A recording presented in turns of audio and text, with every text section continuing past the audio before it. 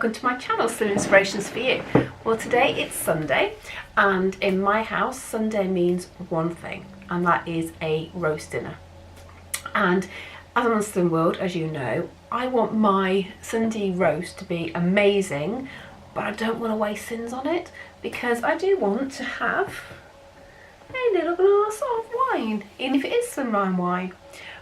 But then I also want my Yorkshire puddings, and I do make those as low sin as possible, but that's where I like to keep my sins. So I don't want my roast potatoes, for example, to be high sin value, which if you use lots of oils, they are going to become that way.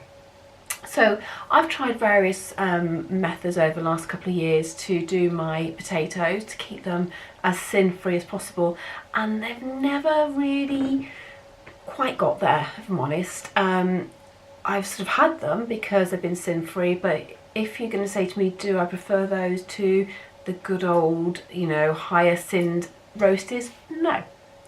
So for the last few months I have been experimenting with different ways, and there is one method which I love, and I've not told anybody until today that I do them differently, which is a really good way of measuring whether what you've made is a hit or not.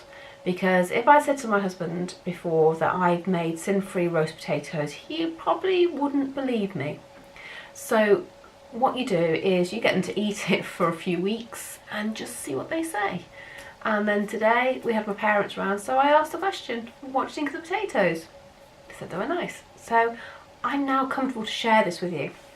So what do? So I get my potatoes and I peel them. I then I've already put my beef, and it could be your pork, it could be your chicken, into my roasting tin, and I've started it off. I take the fat off the beef, if there is any. The beef we get from our butchers is amazing, it doesn't come with fat, so it's brilliant. What I then do is I add a stock cube and some water to my roasting dish with my meat in it. Here we go. Okay, and then to that I add my potatoes. Brilliant. So then all I do is pop that in the oven with the lid on, and I cook it. Now what I'm actually doing there is, when you make potatoes, normally you'd parboil them in the saucepan and shake them off and things like that. I'm doing my parboiling in the roasting tin with my beef stock cube and the liquid, and it's amazing.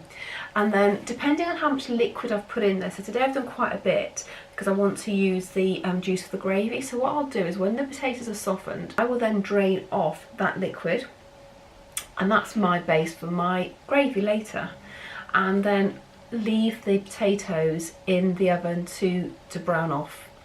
Now I've got a really amazing roasting tin, so things don't stick to it. If your roasting tin isn't as good as that, then you might want to put some Fryolite at the bottom. It's up to you, but I don't need to do it with what I've got. So I will leave them to brown off. I will take my meat out if that's cooked and set it aside so it sort of rests while my potatoes brown off, and then I will serve them. And I do apologise, that's my phone going off, and let me just turn it off. I've got a new phone and I haven't quite worked out how to use it yet properly. I could tell you some embarrassing stories on what I did try and set it up, but that's for another day.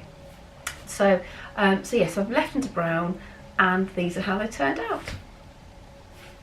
So as you can see, they look no different really to normal full fat, high sin roast potatoes. They taste amazing because they've got the flavours from the beef stock, and they are just divine. So give them a go and see what you think. As I said, it's took me a little bit of time to sort of trial and error, but I do think actually this really works well. If you're doing chicken or pork, then obviously use a chicken or pork stock cube. Don't necessarily need to use beef, it's only because I was having roast beef today.